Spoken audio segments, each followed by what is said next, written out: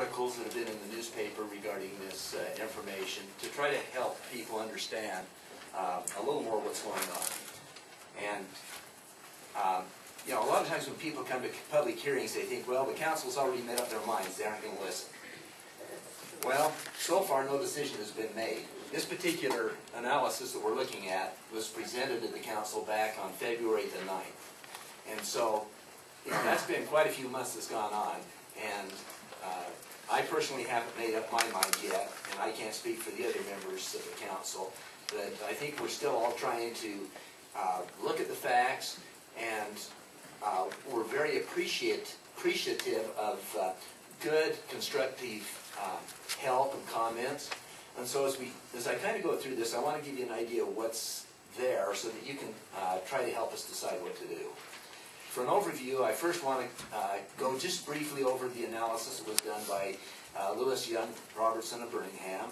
And then I want to show you what some of the other cities are doing. I want to give you some articles about the Good Landlord Program, and then I'm going to summarize. Now, in the study is the term outlier or outliers, and according to Wikipedia, in statistics, an outlier is an observation that is numerically distanced from the rest of the data. So you'll notice in this study, if you go through it, and any of you can go through this study. It's on our website. It's been there for a long time. You just go on in and click on it. You can download it and see every single page that I'm going to be showing you. It's the same information that we were given. And so they'll show some places in this study where it talks about some of the statistics with and without outliers. And so an outlier is, you know, some of those statistics that just don't fit within the rest of the group.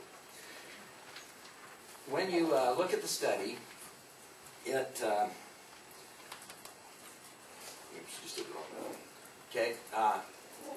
you'll go through it. It has the table of contents. It starts out with an executive summary as far as home occupation and commercial base costs. And so they're trying to look at what the base costs that we should be charging for business licenses across the board. Currently, we're charging $50 for home occupation and $100 for commercial. And as the study goes through, it kind of lumps them all together. Now, as you get in on this particular page, it's showing the round circle with 3 rectangular boxes. The first box is on base administration, and that's what the base license that's being recommended should be. So that would be equivalent to the $50 or $100 we're currently charging. The second box is disproportional expenses, and that's what specifically been defined as police services. And so the question that we have to address is if businesses are receiving more police help and time than the residences, should they be paying more for that extra service that they're getting? And I don't have an answer to that question. The third one is for enhanced services. And so, for example, if a business went to the police department and said, hey, could you come over and check on my business 4 times a night? Well, that's not something they normally would do. And so if we were to provide that service, then that would be called an enhanced service, and we could charge for that. So as you go through, it's going to show the basic administrative services, and I'm just going to run through these real quick, showing both the direct and the indirect costs.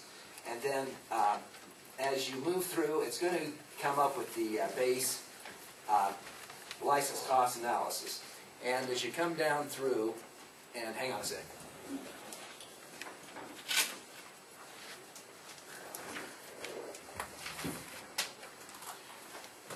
Right into here, it shows that the base fee that they're recommending for renewals would be $64. So that would be more for home occupations, but it would be considerably less for the commercial. And then over on renewals, it's showing a price of $82.34. And so if we followed the study the way it's written, there would be a decrease in the base costs for most of the commercial businesses from where it is right now.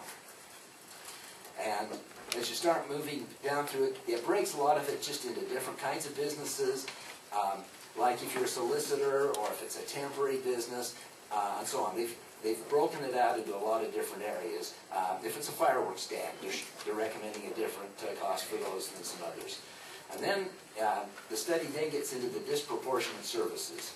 And in here they've broken down what the cost of the police is, and if you start going down through the study, you'll find out they've broken it down to a per minute cost, figuring out what the cost is per minute to have the police come on out, and then they break it down to a cost per call.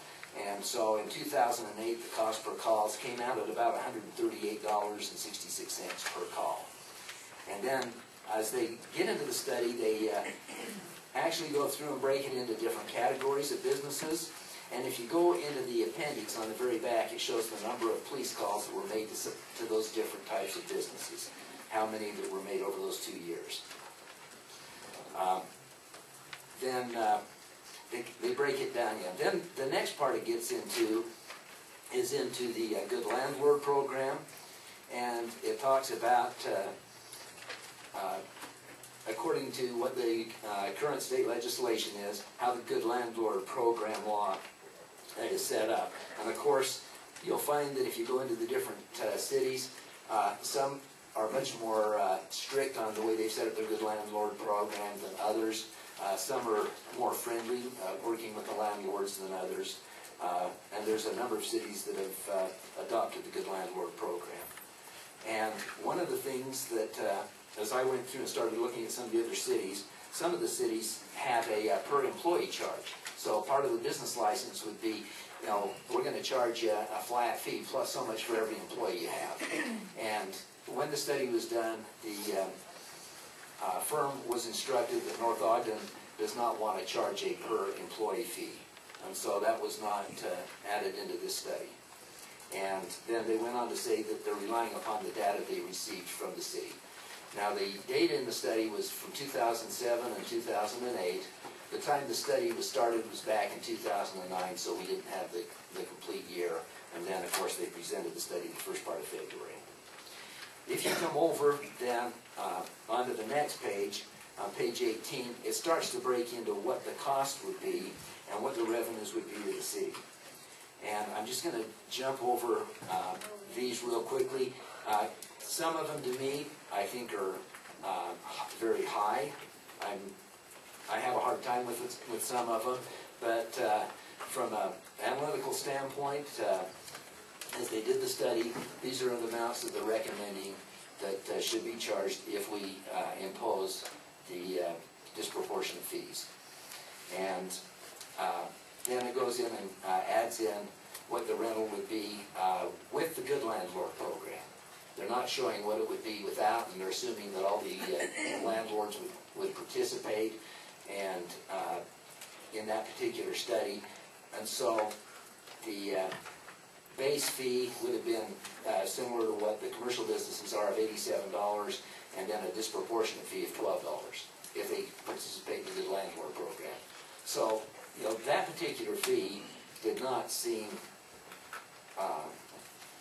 you know, it feels, you know, $12 disproportionate doesn't feel like it's that high, but it does add up. Total revenue to the city, if we were to impose these fees, would be $136,000.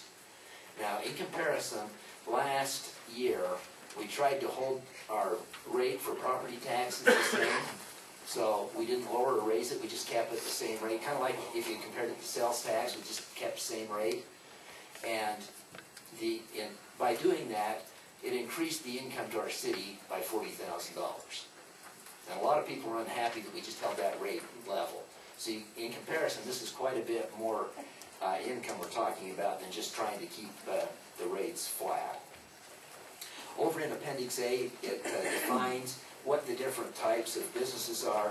One of the questions that came out from the Business Development Committee when we talked about this was large retail, and in here it defines large retail as being a business that generally is larger than 12,000 square feet.